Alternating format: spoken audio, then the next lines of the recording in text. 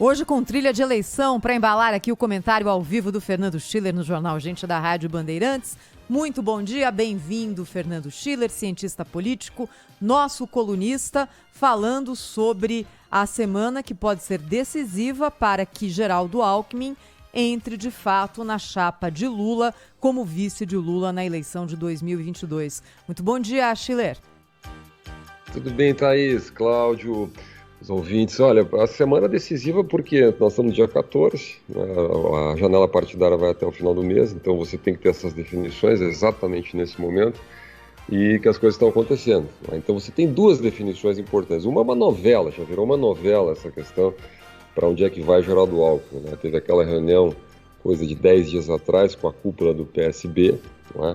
Tudo indicava que o Geraldo Alckmin faria o anúncio, não é? Inclusive, eu acho que o próprio PSB se precipitou um pouquinho em fazer um pré-anúncio, dizer, olha, questão de data apenas, ele vai decidir a data da entrada, né? Mas o fato é que imediatamente o ex-governador Alckmin publicou nas redes sociais uma nota dizendo que não é bem assim, né? E continuou com o seu, eu digo assim, o jogo da paciência, né? O que o Geraldo Alckmin faz é o jogo da paciência, não é de hoje, isso é uma característica dele. Então conversa com todo mundo, conversa com o PV, você tem dois cenários aí, você tem uma federação, que é a federação que vai ter PT, PV e o PCdoB, está bastante bem encaminhada até final de maio para tomar essa decisão, então não tem tanta pressa, a pressa agora é a janela partidária, não são as federações, mas acho que se encaminha, faz todo sentido, um partido grande e dois partidos pequenos, né? Você vai ter uma outra federação possível, que é uma federação entre já anunciada entre a Rede e o PSOL, que também vão apoiar o Lula, e vai ter uma coligação com o PSB. O problema é que o PSB, lembra que a gente conversou aqui, coisa de 2 meses atrás, eu disse para vocês que é muito difícil uma federação entre partidos grandes, né? Partidos grandes. Por quê? Porque aí tem interesses conflitantes, porque não faz sentido, porque não precisa de federação para cumprir a cláusula de desempenho. Então é o caso do PSB e do PT. Né? Por exemplo, São Paulo tem o Márcio França, tem o Fernando Haddad. Por que vai fazer uma federação? Se fizer uma coligação, você vai ter tanto o Fernando Haddad como o Márcio França apoiando o Lula, mas uma coligação na chapa majoritária. Então isso faz sentido na política. Assim tem vários casos como esse pelos estados, né? Então, assim, o Geraldo Alckmin, a minha impressão é que é um teatro isso. Quer dizer, o teatro que é próprio da política. Né? É mais do que natural que Alckmin vá para o PSB, só que não para o PV. O PV é um partido muito pequeno, não conta eleitoralmente. A entrada dele no PV enfraqueceria a imagem política do Alckmin. O sonho de consumo, né? O sonho de consumo ninguém vai realizar. Qual é o sonho de consumo de todos aí? Todos que eu digo envolvidos na pré-campanha Lula, era a filiação ao PSD. Porque aí sim você amplia. A palavra que está na cabeça do Lula, lá em São Bernardo, é ampliação. Ele precisa ampliar. A esquerda ele já tem. Tem esse movimento da esquerda do PT, José Genuíno, Rui Falcão, dizendo o Alckmin é conservador, é neoliberal. Quanto mais eles disserem isso, melhor para o Lula. Porque isso olha, eu acompanho o PT há 40 anos, né? Desde que eu era muito jovem. E, bom, o PT é sempre assim, sempre tem o Lula no centro, né, buscando coligações que ampliem, né, seu eleitorado para o centro, para a direita, etc., se colocando exatamente, né, como fiel da balança entre os diversos grupos, e tem lá a esquerda do PT reclamando, né, faz um movimento. Ao fazer esse movimento mostra que as bases do partido estão sendo ouvidas, vai ter uma discussão interna, etc. E no final o Lula vai chamar todo mundo numa roda, vai resolver o assunto, vão fazer a convenção, todo mundo vai levantar as mãos, vão cantar o hino do PT, o hino nacional e está tudo resolvido. Isso é um jogo de cena, não é? É um jogo de cena para não dizer assim, o partido não existe mais, não há demandas internas, da militância. Né? Então o Alckmin está fazendo um trabalho duplo nesse momento. Ele precisa convencer pedaços da própria esquerda de que ele é um cara legal, que ele é um médico, que ele tem sensibilidade, que ele não tem nada contra os identitarismos, contra as demandas da comunidade LGBT, comunidade trans, enfim, os movimentos sociais, enfim, que ele é um cara bacana, né? que ele é um bom político, etc., em que pese foi lá atrás um conservador e tal, né, e fazer essa costura no mundo político institucional, que é com o PSB. Porque o PSB realmente é a ampliação possível, né, na medida que o PSD espera o Eduardo Leite. Eduardo Leite, aliás, está voltando aos Estados Unidos e é a segunda grande incógnita da semana, né? E acho que o Eduardo Leite hoje tem assim 80% de chance de entrar no PSD, né, para ser candidato à presidência, por uma razão muito simples, né? Ele não tem nada a perder, aos 36 anos ele não tem nada a perder, vai ser conhecido nacionalmente e a terceira via também não tem muita viabilidade com os candidatos que estão apresentados aí. Então, uma janela de oportunidade que ele tem. E se livra da tentativa de reeleição, né, Schiller?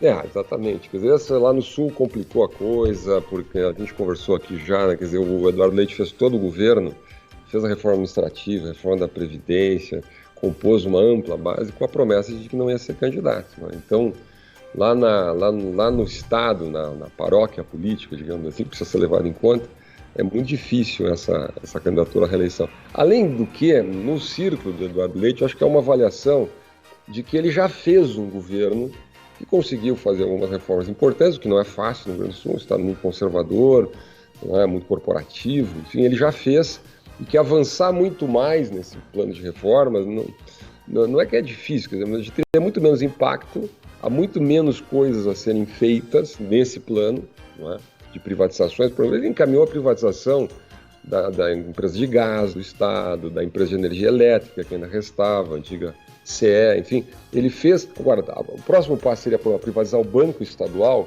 não vai fazer, porque o mundo corporativo político do Estado não deixa fazer.